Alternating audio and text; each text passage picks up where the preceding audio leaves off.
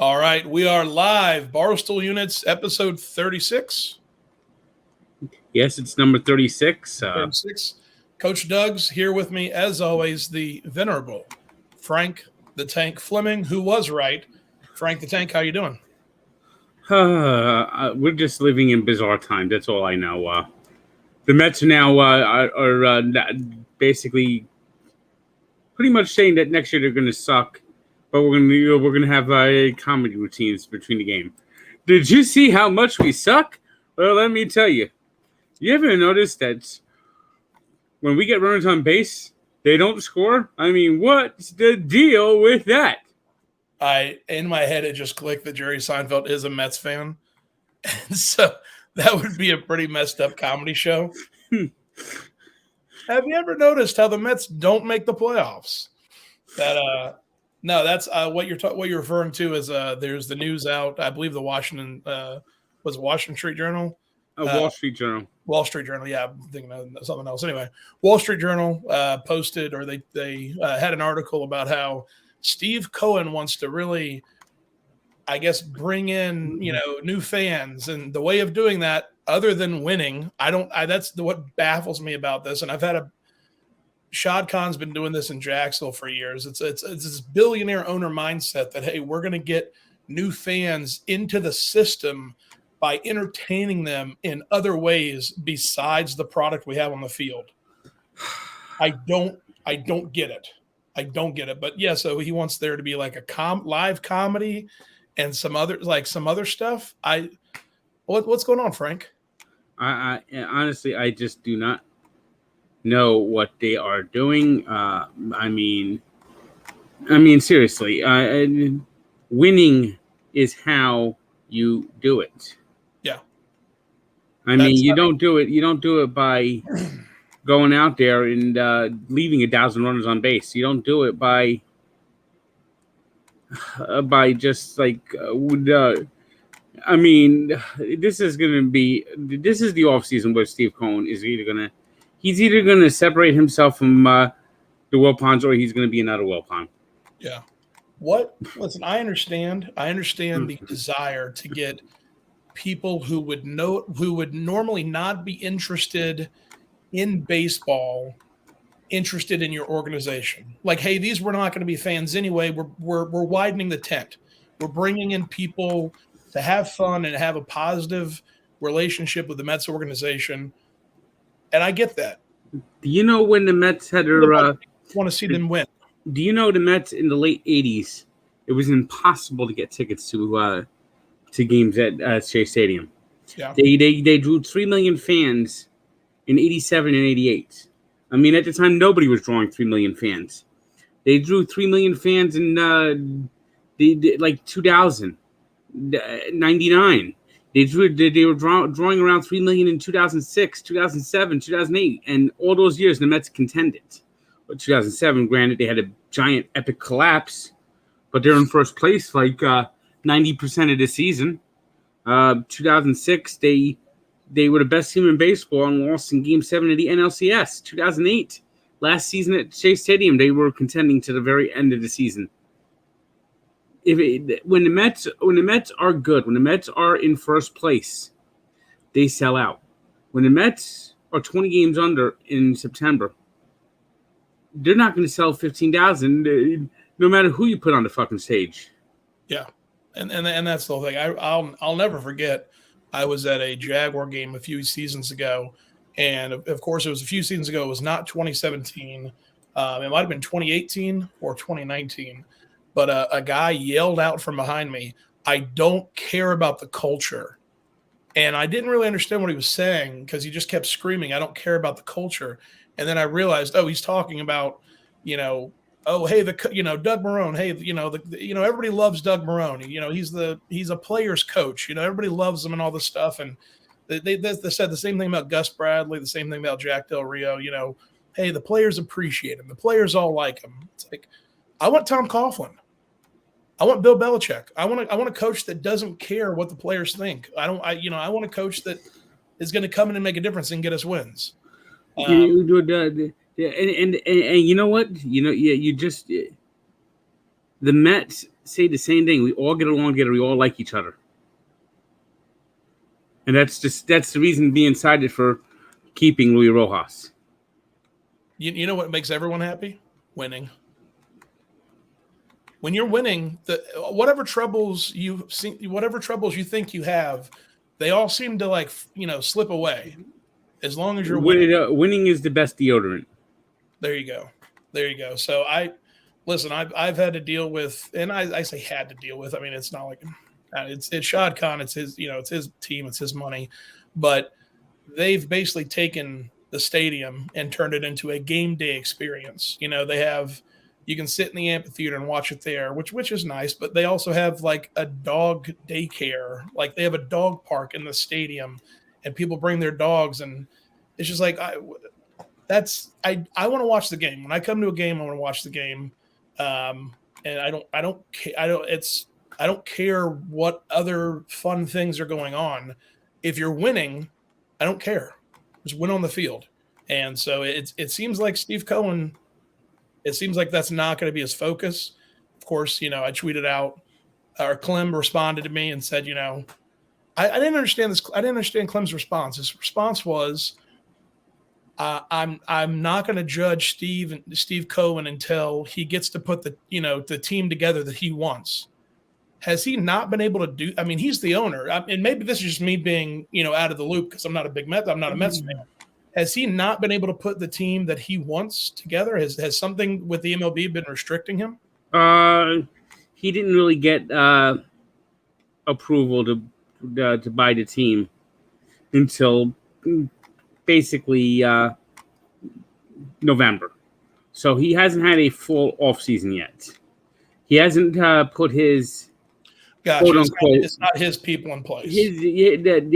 But now he's had one full year. Yeah. If he keeps Sandy Alderson in as the president of baseball operations, then Sandy Alderson is his guy. Okay. If Luis Rojas stays on one more season as manager, then he is his guy. Yeah, it is. And that would get erased. Anything that Clem has said. I mean, everyone hated the Wilpons, but you know what? It's time the honeymoon's over for Stephen Cohen. Mm-hmm. It's time for him. It's time for him to put up and shut up. And I feel like that's fair. One season is like a good enough honeymoon period. Yeah, and then and what I've seen this year is not good. I've seen a pervert GM. I've seen the second GM get dismissed for drunk driving.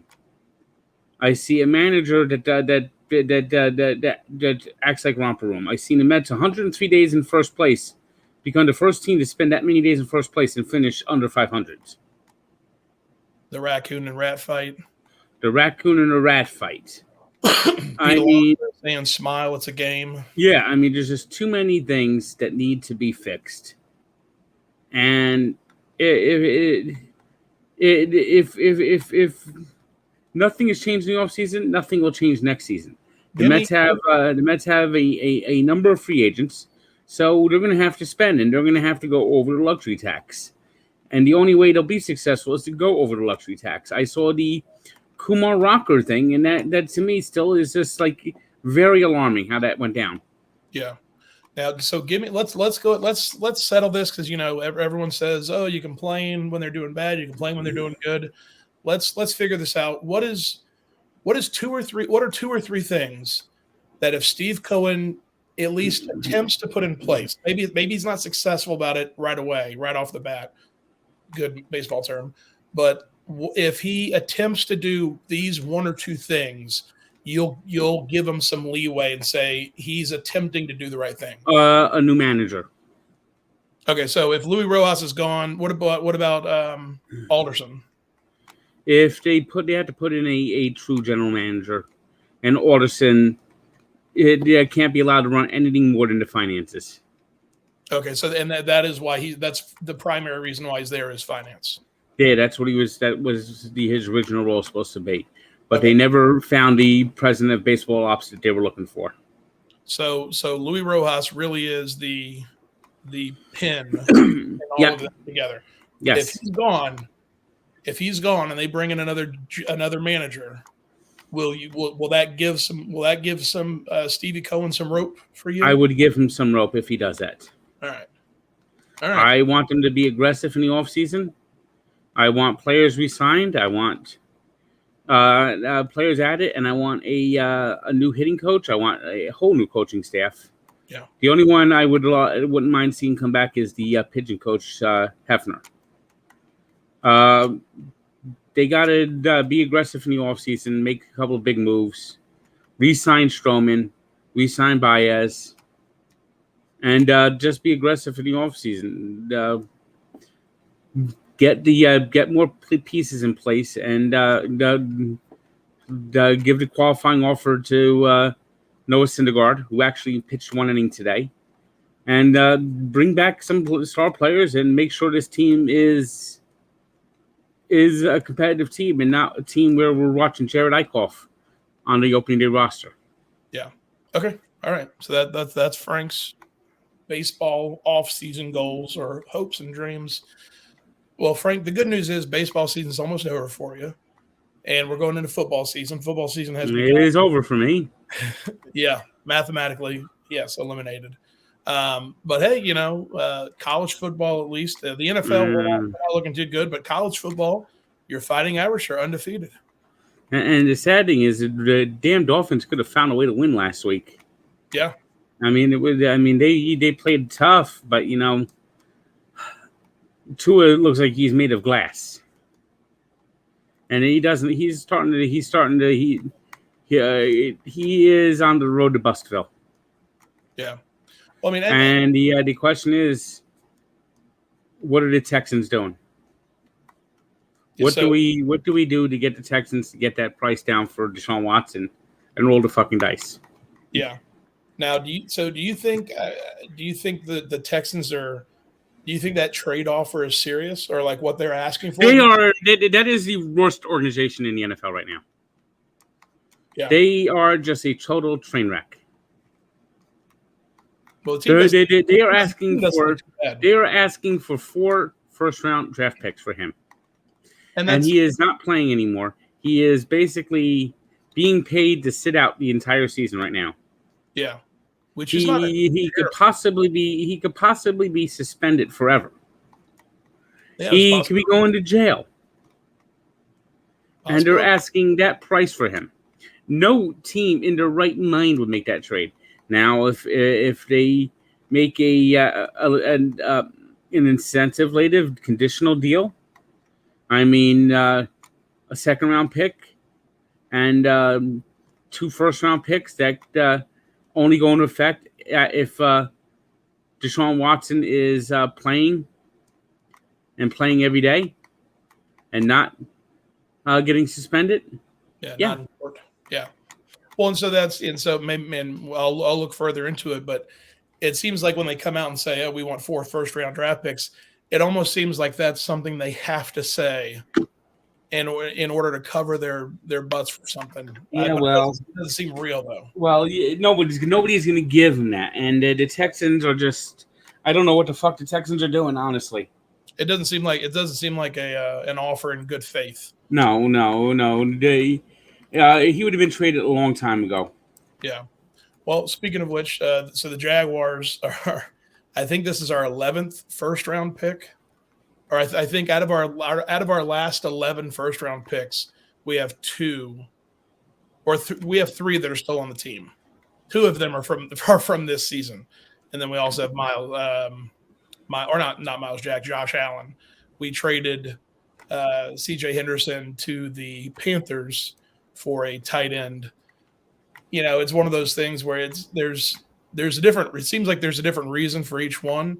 But at the end of the day, I got to pull the numbers on this and find out what the average length, a player stays, for the first rounder stays with the team that drafted him, because, Jacksonville's just not great at it. However, I do have some sources in Jacksonville, and it seems that this was an issue where they're not totally confident he wants to play football at all, and so he's only played like 8 games out of the last 2 seasons, 8 or 10, something like that. So it might have just been the best we probably should not have drafted him at all in the first round. So that's really where the mistake came in. But we'll see down the road. But speaking of Jacksonville sources, I went to the game this Sunday, and Frank, this is something we now have in common. I don't know if you remember this, the Miami Dolphin lady in the bathroom from a couple of years ago. Yeah. Yeah, we had one in Jacksonville. I'm so torn on this. Somebody sent me a picture. Some lady apparently just waltzed right in the men's restroom, past the men's line. They were pretty upset about this. They said the lady walked in. There was a line of men waiting, and the woman just walked straight in and used the urinal. And the kicker is, apparently, she even asked the guy first in line to hand her paper towels out of the paper towel machine. So like she's using the bathroom in the men's restroom in front of all these guys, and then like is like demanding the boy, like the garçon, as if he's like this is like hand her a paper towel. I'm obviously the guys in there are probably like we can't do anything in this situation. Like there's probably I would hope that she's there's no way to win in that situation. No, it's just like if the guy did that, if a guy walked in the women's restroom and was like, sorry, there's a line, like he'd be arrested, and rightfully so. But a lady does it, and it's just kind of like the guys are like, all right, well, like, Yeah, but his defense could be, I'm transitioning. That's fair, and you know what? That might be a fair statement for them to say, but it's just the idea of some drunk lady walking into a men's restroom. Like there's just nothing you can do about it. And, no, there's nothing. So it's like, you comfortable? All right, have a nice day. yes, right this way, ma'am. But yeah, so that's my second source in Jacksonville that basically tells me football is back. I'm hoping to get more sources. So if you're out there listening and you are the Jaguars actually played well for 2.5 quarters. Yeah, I was pretty excited about it. But well, if you have home tickets to this is a call to all NFL fans that have season tickets. If you just have something that happens at your stadium that tells you football is back, please DM me or send tag me in the tweet. I'd love to have sources at every stadium, because I know it's funny to joke about this is Jacksonville, but I know this kind of stuff has to happen at other stadiums. One way we know it's back is that the Detroit Lions had their hearts ripped out, stepped on, and that was rough. That's that's the second doink in I've seen this week. I think it happened in a college game. But yeah, well, what a wild ending. Now there have been long kicks in the NFL history. Yeah, but the one that stood for a long time as the record was 63 yards. Now, I think Matt Prater hit a 64-yarder in Denver one year, and that was the record. But for a long time, 63 was the record. And the first 63-yard field goal was November 8th, 1970 at Tulane Stadium. And this was when the goalposts were at the front of the end zone. A guy who had 1.5 feet. Yeah. He had a block in his foot named Tom Dempsey, who basically only made 40% of his kicks in his career.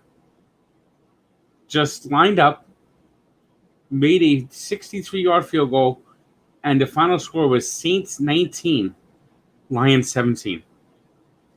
The final score on Sunday, when Justin Tucker, that bad motherfucker, hit that 66-yard field goal, was 19-17. And now you know the rest of the story. I mean, if there's any sign that the Lions are just it just wasn't meant to be. Just fucking cursed. Yeah, and you go to Bobby Lane, and the fact they cut him after the 1957 championship game, they traded him to the Pittsburgh Steelers, and he said that the Lions will be forever cursed for trading me. Well, it seems to have worked out in that case so far. I mean, they've won one playoff game since 1957. My mother was born in April of 1958. Yeah.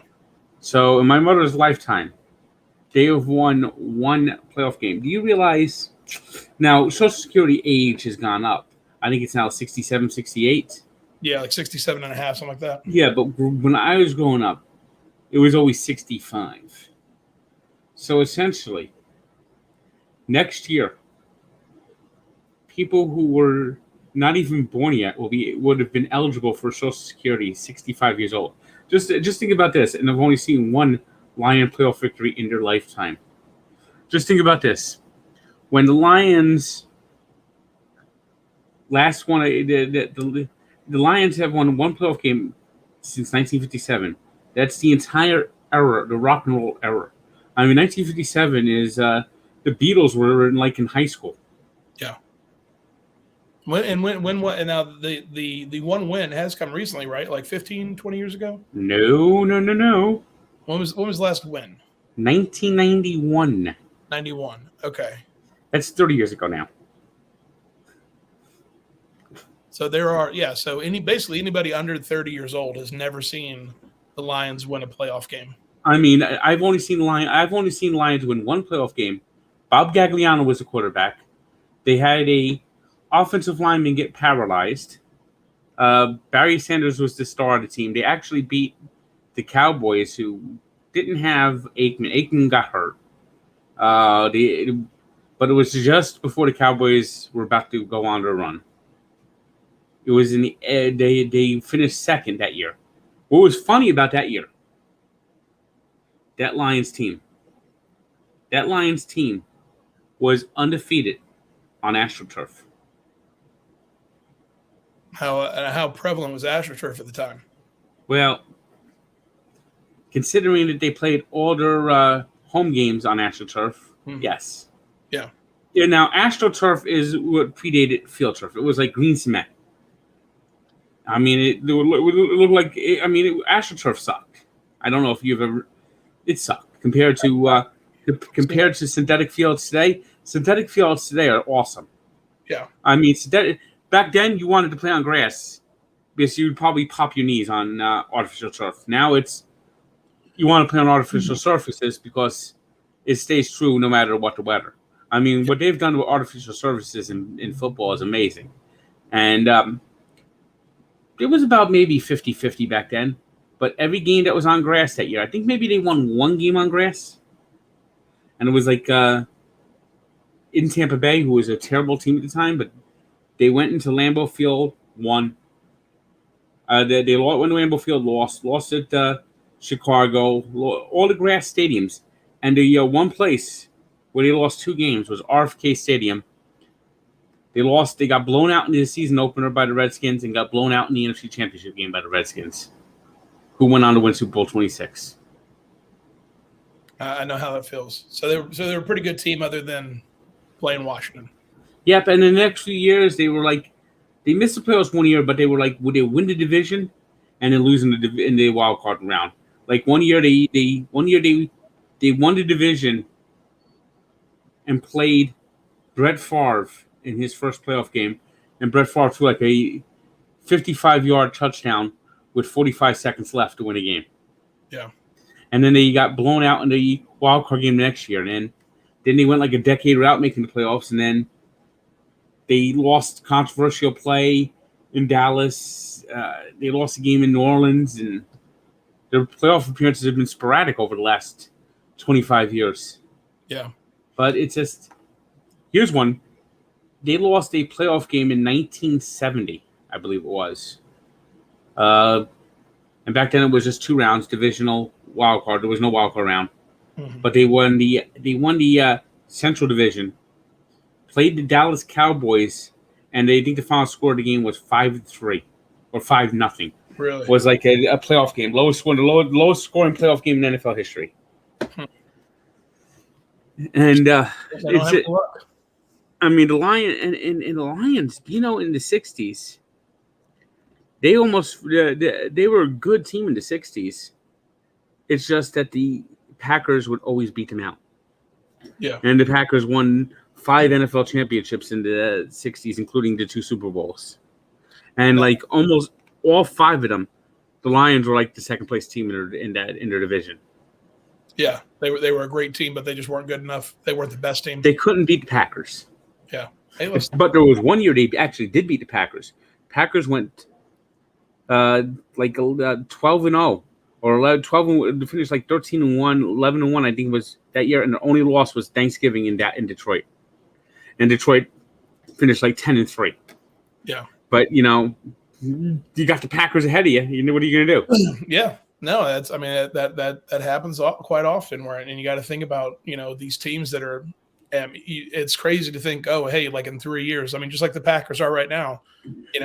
They thought Jordan Love was going to be starting. Right until before the season started, and Aaron Rodgers is out there just killing people. I thought for sure after the first week, like this guy's just phoning it in. He wants to host Jeopardy. Yeah, no, Aaron Rodgers is going to play elsewhere next year. Yeah, he's looking good. Well, I wouldn't be surprised to see if Deshaun Watson doesn't happen. Aaron the Dolphins, Miami? Why not? Yeah, try to do like a Tom Brady type of situation. Aaron Rodgers to Miami. Yeah, because what the Dolphins are missing is the Dolphins don't have a great offensive line, and maybe if you had a better quarterback, the offensive line will look a little bit better. Yeah, I mean, Tua's getting murdered out there. Granted, the Bills are a good team, but now he's gonna miss 3 weeks at least. Yeah. Jacoby Brissett, he was on his rear end half the time. Yeah. Every time Trevor Lawrence gets hit, I'm like, oh, please no. But it's one of those things now with Trevor Lawrence. It's like, okay, well, we have Trevor Lawrence. Now we need to work on getting an offensive line. That should be, because it doesn't matter how good your receivers are if you don't have an offensive line to protect your quarterback.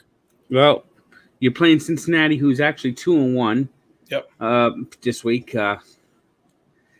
Well, I tell you one team that looks really bad and cooked.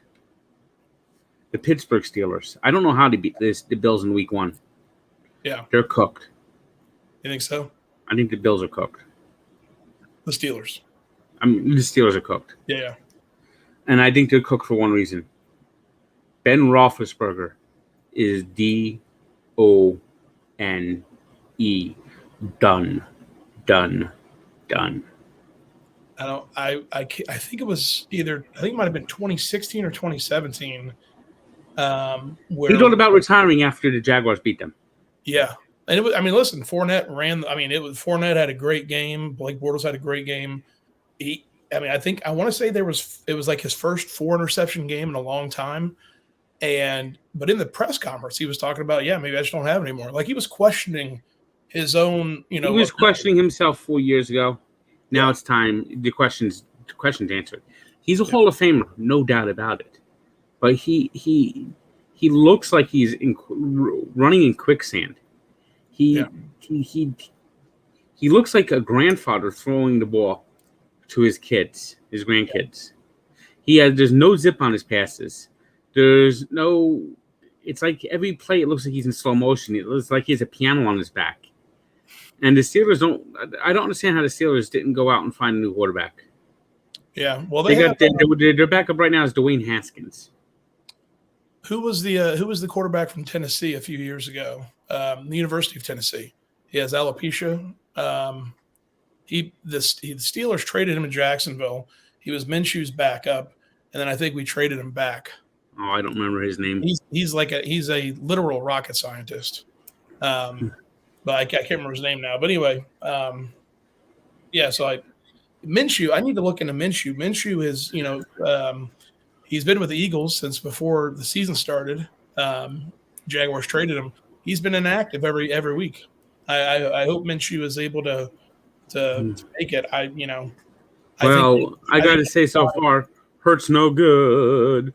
Baby Hurts no good. The Eagles are toast and they're gonna suck because Hurts no good. Well, I think Minshew will have a shot at the starting position if he's no longer inactive. I don't know what the issue is, but hopefully Philadelphia is not too far away from New Jersey. And if he does start, I'll be up there, and so maybe I can make a trip to Philly to see Minshew play. I've put in a few applications to places in Hoboken, just waiting on them to respond. Well, I'm looking myself. My realtor's still not coming through for me. I need to at least find my 6 months extension of my lease is getting close to being up, so I got to start really looking, or I'm going to be stuck here another fucking 6 months. I fucking hate where I live. I hate it. It's tiny. It's small. The walls are closing in. The laundry facilities at this apartment suck. I want in-unit laundry, so I don't have to go to a laundromat anymore. That's 2 hours I waste every fucking week at a fucking laundromat. And I don't want someone washing my clothes. I want to wash my own clothes. Yeah. And I don't like when people touch my clothes. And I pray for anyone that has to touch my clothes. You're a grown man, Frank. You can wash your own clothes if you want to. Yeah, but it's getting to the point where, I'm doing so much and doing too much. The productivity, the time. Yeah, Frank. I want to be able to cook again. I'm uncomfortable cooking in this apartment. I have nothing to. I have things everywhere. Yeah, it's a fire hazard, Frank. No, it isn't. I think it is. I'm not saying you're a hoarder because it's sports memorabilia, so you're not a hoarder. But there's definitely a possibility of being a fire hazard. You know what I just got? I got Larry Doby, Negro League bobblehead. Did he play for a New Jersey team or a New York team? He played for the New York Eagles. It's in his New York Eagles uniform. Okay. All right. So there's connection there. It's not just some random bobblehead. I actually met Larry Doby. Yeah? When I was in college, I held a portable light on him while he was being interviewed. You've told me about that. Speaking of college, I saw a new college video was on your other podcast. They tweeted about it. There was a video of you running down the hallway. Yeah, that actually wasn't my video. I was just in the video. Oh, you were just in the video? Okay. Yeah, someone made this video of being late to class, and he's like running and rushing, trying to rush to class. Mm-hmm. Because he woke up late. He hit the snooze bar, and then he woke up late, so he had to get in his car and rush to class. And I'm in the hallway, walking down the hallway, and he runs me over. And I didn't hear it. I couldn't tell what the words were. What did you say to him? It's bleeped. Oh, okay. I couldn't tell whether it was just my hearing or not. So yeah. What did you actually did? Now, did you say it when they were filming, or did you say bleep when you were filming it? Oh, I said it when they were filming. And what were the words you said? Like, watch where you're going, asshole, or something like that. Yeah. All right. Fair enough. I forgot exactly what I said, but yeah. This was something I did. I was in someone else's video. Gotcha. Well, I'm excited to be in Hoboken. NHL season. NHL starting. Preseason games are starting this week. The Devils haven't played their first preseason game yet, but some teams have already started playing their preseason games. Devils actually have preseason games at home. I got tickets to them, but I'm definitely not using them. I'm not going to watch a preseason game. But the Rangers and Bruins played their first preseason games today. Yeah. You know who I feel sorry for? The Islanders. They're actually going to play their first 14 games on the road this year. And because is their stadium not finished yet? It won't be ready until November. So they're not going to play their first home game until November 20th. That'll still be fun, though. I mean, that'll be a big opening, right? Oh yeah. In fact, the Devils' first game preseason game is in a couple of days. Let me see when it is. They're playing the Rangers on Friday at the Prudential Center. Yeah. I'm definitely going to be getting a Devils jersey. Because you have a Devils jersey, right? Yep. I'm getting Devils jersey. You have a Devils jersey. Do you know? Have you seen if they sell the putty face tattoo that he has, or the face paint that Putty gets? I've never seen it, but I'm pretty sure it's pretty easy to get. Yeah, because I think you and I in our Devils jerseys showing up to Prudential Center with that face paint. I think we need to do that. That might be hilarious. The Devils. Yeah, the Devils actually played their first preseason game tomorrow in Washington. Well, I'm excited. I'm excited to go some Devils games and my NHL team. Today, actually, history is made today, and it's not good history. The Seattle Kraken are playing their first preseason game, it looks like. Yeah. And they're losing 6-0. It's preseason. Yeah. Well, I know. I'm going to get my I'm going to get my Devils jersey. I think they just announced they're actually doing new jerseys. The whole NHL, they're doing some kind of recycled jerseys. But speaking of ordering merchandise, have you seen this, Frank? Oh, yeah. Got to get the Unit World Order shirt. I mean, that's just a beautiful shirt. It's if you're a wrestling guy, if you're a unit, even if you're not a wrestling guy, just the Unit World Order. I mean, that's just awesome. We're gonna have a whole bunch of stuff coming out for Black Friday and everything, and so I'm excited. Yeah, I'm trying to look to how to make an ugly sweater. Yeah. We'll get a whole bunch of stuff, and I tell you what we won't get this. Have you seen the Stephen Colbert video? It's if I wasn't already vaccinated, that might have convinced me not to get vaccinated. I mean, if there's a way to get unvaccinated, watching that video, I would.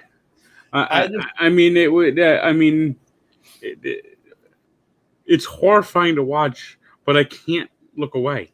Yeah, it's so bad. So Stephen Colbert, for those who haven't seen it, go just look up Stephen Colbert. What do they call it? They called it the vaccine, and it's basically like 4 or 5 guys and girls dressed up like needles, and they're dancing to the song Tequila, and so it's just them dancing, and then it says vaccine instead of tequila, and Stephen Colbert dancing with an older lady, and that almost it's like Stephen Colbert just grabs this older lady out of the stands or out of the audience. Neither of them are wearing masks. They're like very close together, and she's an older lady. Like even if she is vaccinated, like he's very close to her. I mean, that's the stuff nightmares are made of. It's so bad, and it's like I don't know. I'm almost convinced, or at least it's an idea I have, and it's a stupid idea. But in my head is thinking, no, they want you to think it's stupid. Because that's how they get away with it. It almost convinces me like they do that so that people see that and go, that's how I know it's propaganda. That's why I'm not going to get the shot, even though they should, or at least if they want to. Kyrie Irving's going, you see? Mm-hmm. Yes, yeah, no, exactly. I feel like somebody watching that is going, that's why I'm not getting it, because that's clear propaganda. Did you see someone tweeted out the Nets are getting a New Jersey sponsor, and it was Kyrie Irving with InfoWars on his jersey. Fantastic. It's also crazy now, but some writer said that this is going to be big. The producer said, yeah, this is going to be good. The director and Stephen Colbert all looked at this and said, this is going to be killer. Like, it's clearly not. It's not. And obviously, it would be easy to say, oh, that's not funny. But I don't think they meant it to be funny. That's where I don't understand. I don't know what it was meant to be. Because they clearly are not doing that because they think it's funny. It's clearly not meant to be a joke. So I guess what is the intent there? I don't know. I miss Craig Ferguson. You remember Craig Ferguson? Yeah. I miss Johnny Carson. Yeah. Well, and I tell you what, and if you look back, Craig Ferguson also, like when Britney Spears was having her little meltdown and everything, Craig Ferguson was like a recovered alcoholic and like pretty much came out and was like, I'm not going to make jokes about Britney Spears while she's going through like this clear mental issue. And that was back, like when it was happening, when everybody else was making jokes and everything. But he was still funny though. So he was waiting for his time. But the Johnny Carson did it for 30 years and was the king, undisputed king. Yes, you know why? He skewered both sides. Yeah. You didn't know what his political views were. He skewered both sides. And he rarely even got into politics. Yeah. It was just entertainment Hollywood. It was making fun of like movies and stuff like that. Yeah. Not this. I mean, It's propaganda. It's it's not even, and the worst part is it's not even funny. And that might just be me coming from a comedic standpoint. Like if you're gonna like if you're gonna make propaganda, like at least make it funny. one of the things is in government when they ever try to like send a message. I'm pretty sure you've seen it or heard of it. In like 1937, the government commissioned a film about the dangers of marijuana. Mm-hmm. And what they ended up coming up with was called Reefer Madness. It was such a bad movie, and it was so failed at the at what it was doing. It actually became a favorite for stoners, Mm-hmm. and it's now a cult movie for stoners. Yeah. It reminds me of you remember the sloth commercials from a few years ago, where it was like they would be sitting around like a family would be sitting around a table, and then it would just be like this like the kid was supposed to be like a stoned teenager kid, Yeah, but he was dressed up like a sloth, and they were like, oh, he can't do anything, he's so slow, like he's so high, like he can't do anything. I remember, listen, I never my only interaction with marijuana, or I don't even know if it's I know THC is in marijuana, so I don't even know if I've had marijuana, if I've had THC. But anyway, I had the cookie for the 421 show with KFC Radio. Other than that, I've never touched the stuff. And even I was like, that's stupid. I know so many people that do weed all the time. But that commercial, it became a funny joke. Like that nobody saw that commercial and thought, oh, I'm not going to do marijuana. The Stephen Colbert vaccine bit is going to have the effect on people doing the vaccine that the Quizno rats did on sending people to Quiznos. Yeah. Have you seen the Quiznos lately? No, I did. I looked it up years ago because it was a whole issue of it. Like they went down during the Great Recession. Like the system they had in place, basically a lot of their franchisees could not afford to like pay for the food. Like you had to buy the food through Quiznos, but the profit they made on the food wasn't enough. So like a lot of them closed down. They are still around, but they're very few.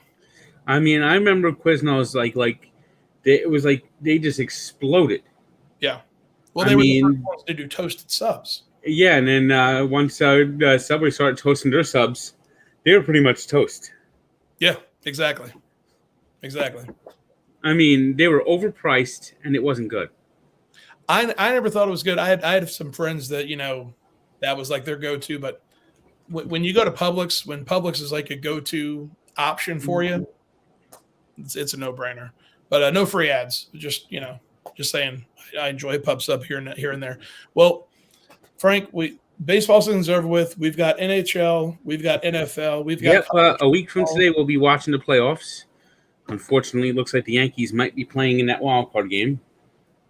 Yeah, well, now and the Orioles did beat them tonight, right? No, the Orioles beat the Red Sox. Oh, that was right. Yeah, okay, yeah, and that's why the Yankees might be putting in the wild card. Yeah, they're in good shape right now. They beat the Yankees went into Boston, just handed the Red Sox their lunch. The Orioles. No, the Yankees went to Boston, handed them lunch over the weekend, and now the Red Sox are playing the Orioles, and they lost the Orioles today.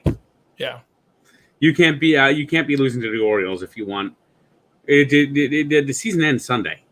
Yeah, this is like 2011 all over again. Oh, it's looking that way. Yeah, I mean, there's 2 wild cards now. The Yankees now have a 2-game lead for the second wild card spot. The Blue Jays are kind of teetering because they're playing the Yankees. But what is the Mariners now all of a sudden out of nowhere right in the thick of it? Yeah. And so basically you have 4 teams battling for 2 spots, and the Yankees have the 2-game cushion on the other 3 teams. Yeah. Well, we'll see. It should be a wild card race. I mean, everything is settled in the National League now. The Braves pretty much clamped down the Eastern Division. They beat the Phillies today. The Phillies can still catch them. The Cardinals have now won 17 in a row. Now have clinched the second wild card spot. The Dodgers have won 100 games. The Giants have won 102. One of those teams is going to get the division. One of those teams is going to get the wild card. Yeah. You're saying St. Louis has won 17 in a row? 17 in a row. What's the record? Like 20. The record is like what the Indians did a couple years ago, like 23, 20. Actually, no, the San Francisco Giants won 24 in a row in like 1914. And then a couple years ago, the Indians went and won like 22 in a row. Okay.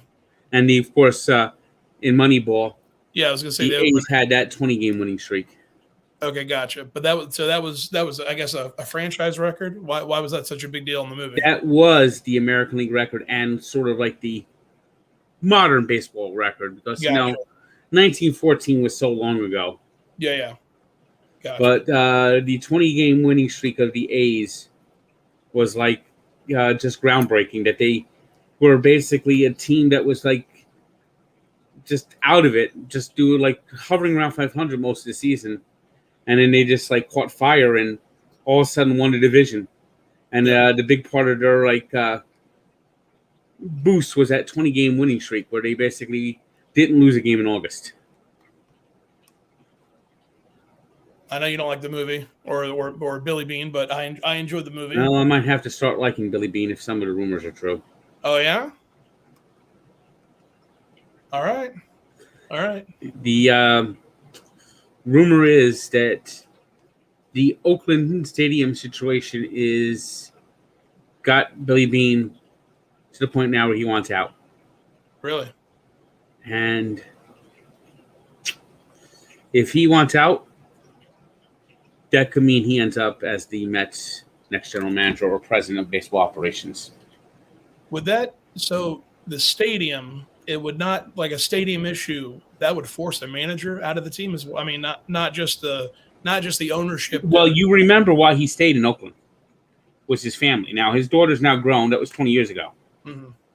He didn't want he was gonna go to Boston, but he didn't want to leave his daughter, who was like 12 at the time. Yeah, she's grown. She's old now. That was 20 years ago.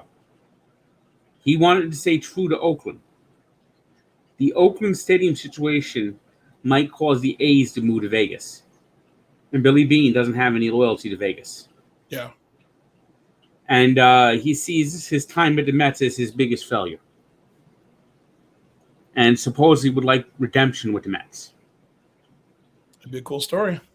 Because he played for the Mets. Yeah. Well, I know. It'd be a cool story. The Mets actually drafted him. The Mets had 3 first-round draft picks in 1980 and picked him with the 20th pick. And he was just terrible. Yeah. He was actually on that 30 for 30.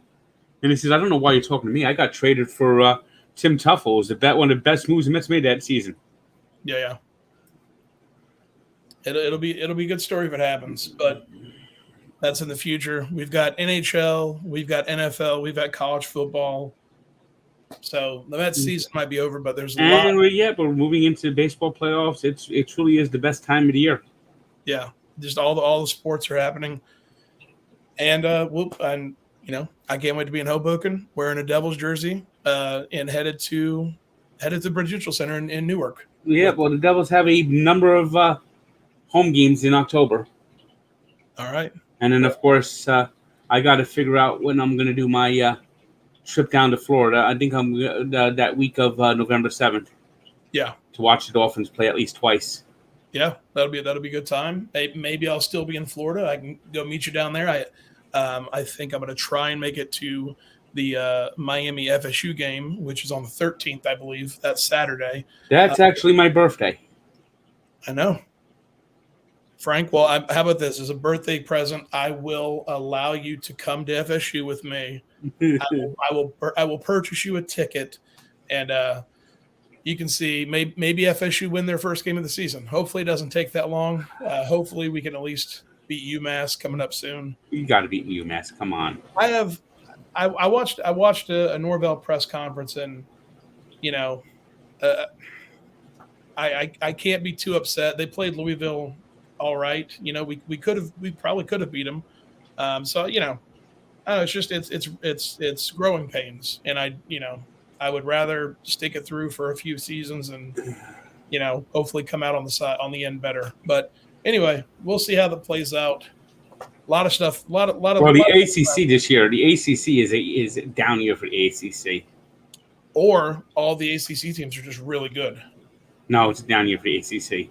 Or, yeah, it's not looking too good. Clemson's offense looks terrible. Yeah. And so there's going to be no ACC teams within anywhere near the playoffs this year. You don't think Wake Forest can make it? No. I mean, they beat FSU. Well, I see the final four. There's going to be two SEC teams. Mm-hmm. Oklahoma, if they step it up, and then maybe Oregon or someone from the Big Ten. Yeah, and it's funny to think one of those SEC teams could be Arkansas. It's a wild year. Hey, listen, I'm all for it. I'm all for the underdog. If Arkansas, if they can become a powerhouse team, I think that I have no loyalty or anything towards them. I have no affiliation, but I think it'd be cool if they could. This will be Arkansas's test. They're playing Georgia this week. I don't know how it'll go, but I'm excited for the game. And but Georgia is who I think is going to be that other SEC team. Other than who? Bama. Yeah, of course. Well, lots of game left, lots of season left. That's Barstool Units, episode 36. Go into the Barstool store and buy your Unit World Order shirt. We've got a lot more shirts coming out. Units for life. But yes, that's Barstool Units, episode 36. I'm Coach Tuggs. Frank the Tank, please take us out.